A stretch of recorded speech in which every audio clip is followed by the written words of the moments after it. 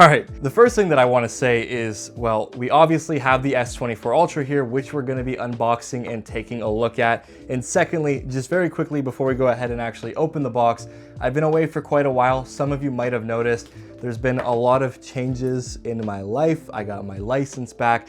Everything is looking up, and there are going to be some videos that I want to put out throughout the next coming weeks, kind of just going more over that and letting you guys know me a little bit more on like a personal level.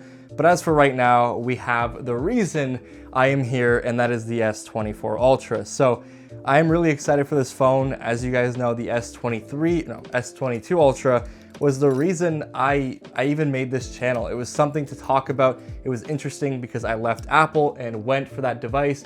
And now we have the S24 Ultra in what is probably one of the nicest colors that they've released so far, at least in my opinion. I'm kind of biased because I like purple. It's been a while, man. It feels weird, but the S24 Ultra that I picked is the 512 gig variant. Of course, all models this time around have the same 12 gigs of unified memory. What is this, Apple? All models this time around have the 12 gigs of RAM, so you don't need to go for the 512 gig version over the 256 just to get that upgrade. Thank God. But the reason why I went for this one is actually just because this device, it was like there was an offer where you pick this one and you get the 512 gig for the same cost as the 256. So interestingly, the device that I used for my trade-in is the iPhone 15 Pro Max. I got 900 Canadian for it. I know people are probably gonna be shaking in their boots why I did that. Honestly, the device was really good in the beginning, and recently it hasn't been it for me. And there's some things that I don't really like about it, and there's some things that I'm hoping this device changes for me that make it a little bit more fun to use and enjoyable. And of course, when it comes to coverage, there's just a lot more to talk about this phone. It's a lot more exciting, and honestly, like for someone who's kind of like a tech nerd like me, the S24 Ultra just makes a little bit more sense, whereas this feels kind of locked in and a little boring. So opening the box, the first thing that we're gonna be greeted with is that purple S24 Ultra, the violet titanium or titanium violet. And at a glance, like first thing, this device doesn't look as purple as I thought it was going to in person.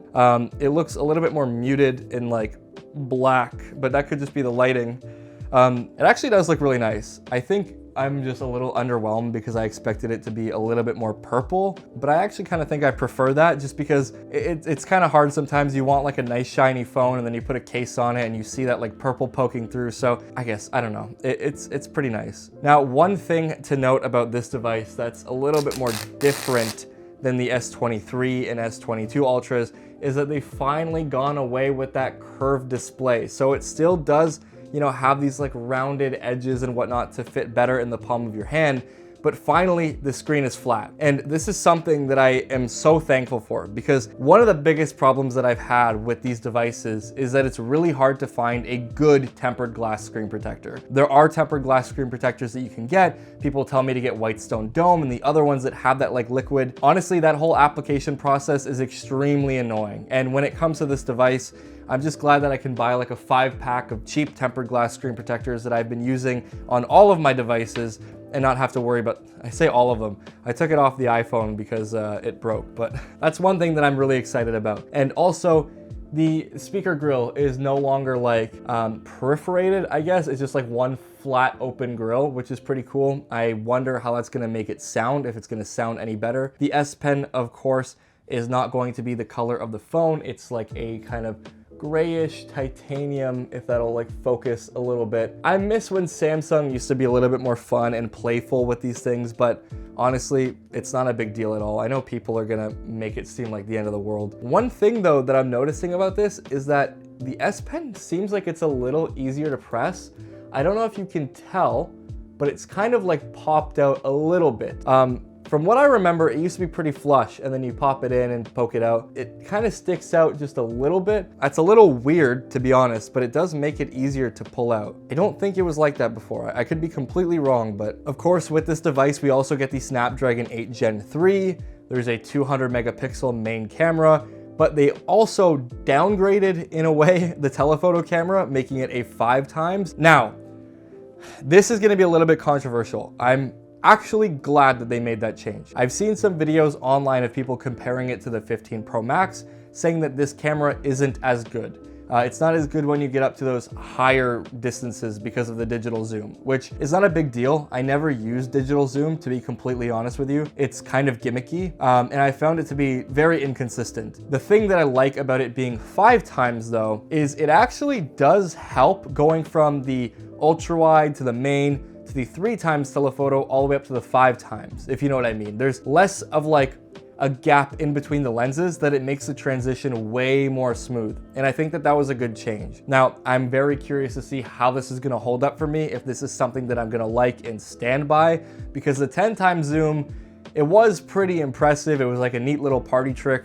I did use it quite a bit, but I found myself using the 5 times on the 15 Pro Max a whole hell of a lot. I was gonna say a whole of a lot more. A hell of a lot more, because I found that range to just be like more versatile. Like when it comes to 10 times, you don't really put yourself in a lot of situations where that's gonna be useful. 5 times, you can use it in almost any situation. And for portraits, it is better. Obviously, no one's gonna be standing, you know, meters away from a subject trying to take a portrait image. So that is definitely a good change in my opinion. Now, one thing that they've changed, which I'm really happy about this, is the edges of the phone are now this like matte titanium. Yes, they went with titanium. Apple did it first, blah, blah, blah. Technically speaking, it wasn't Apple. The Essential phone was titanium and ceramic. But anyway, this is titanium. I'm okay with the change. I'm not sure about whether this is lighter or not. I haven't looked into this device too much. I'm saving pretty much everything that I find for my review, because I feel like then I can give you a more honest look into what this is like. But the titanium is nicer because with the glossier like aluminum, that polished aluminum, every time my hands were like dirty, it would just cake up and get super grimy, and you'd always have to clean it, but you can never get it to look right because it always looked like it had oil stains. So I'm curious to see how this is gonna hold up. I am gonna be putting a case on it. I am gonna be putting a screen protector on it, so I'm not gonna be dropping this thing for you guys, but I am really happy they made that choice.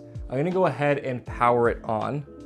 Actually, before I did that, I should have put my SIM in it. I also forgot to show you, you also do get the cable in the box.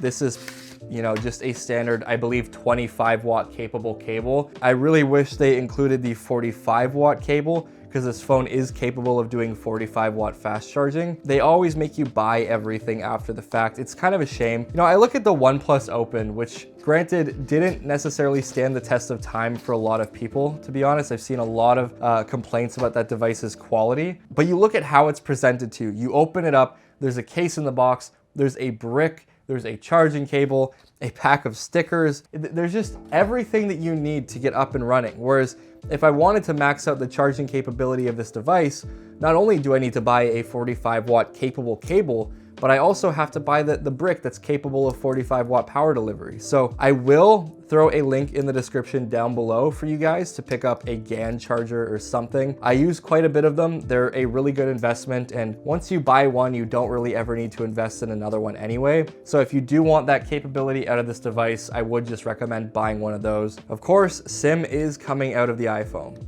I'm gonna make like a longer video explaining why I'm making the switch. People think that it's just for views and stuff. Like obviously this content does get views, you know, like this is my job too, so it's something that I do want to maximize. That being said though, when I say a device is like actually better for me and I do switch to it, I am actually switching to it. Like I'll put a photo up. This is the trade-in device that I'm using. I'm not keeping this. I'm not buying another one. I've felt really let down with Apple recently, and I feel like a lot of their resources are going toward the Vision Pro, and I just feel like the vision for the iPhone is just not there anymore. It seems very boring. Yeah, but at a first glance, it's been a while since I've held an Ultra series Samsung device. It is definitely bigger. It is right in your face. It's a bold phone. Compared to the 15 Pro Max, it is significantly taller. It is also, I believe, wider, if you can see that. And the display is also bigger. Okay, so I'm at the point right now where it's asking me to copy apps and data. I'm just gonna go ahead and skip this. I don't think I'm gonna go through like the whole setup right now. I just wanted to take a look at the device. I will be covering this a lot. You guys already know how it is. When I unbox a Samsung phone, I don't get too in-depth about it because I like to save everything for my first impressions, you know, and then I do a review and then a 45 days later. However, with this phone, I feel like I'm gonna do a lot more coverage about it because a lot of people seem to be interested in it this time around. And I think that's partly because of Apple's offerings recently being somewhat stale. So I know everyone had the S23 Ultra as their phone of the year. I feel like this phone, there aren't a lot of changes to it, and I'll be very upfront about that. It's mainly gonna be the fact that it has the 8 Gen 3, the base model does have 12 gigs of RAM, it has a 2600 nit display. It is like 5 ppi sharper at 505 pixels per inch. But when it comes to the actual hardware, it's gonna be very similar. And I'm really curious to see how that's gonna impact the user experience. If I like this device, if it's something that I'm gonna continue to carry, because if this phone isn't for me, truthfully, I'm probably gonna go back to the Pixel. I would probably just switch to the Pixel 8 Pro. But yeah, I'm gonna save all of those thoughts for a full-length review. And yeah, I hope you guys enjoyed this one. By the way, if you do want to see a video about the vehicle, I will be sure to do that. I also really want to do some day in the life type content with these devices. And now that I actually have my freedom back and I have things to do, I can actually take you along for it. So I will be doing one of those videos with the S24 Ultra in the near future. I just want to say thank you though for actually supporting me and sticking by me, because like the last year and a half has been one of the worst in my life. Aside from like my wedding being like the only thing good, it's been really hard to like cope with, and so much has changed in the last couple of weeks that it's been hard to maintain this. But I am, getting right back on track. I will continue that weekly upload schedule. And yeah, this is something that I'm gonna just be diving right back into because I miss doing this. So thank you so much for watching. If you enjoyed this video, leave a like down below, subscribe for more content, and I'll see you all in the next one. Peace out.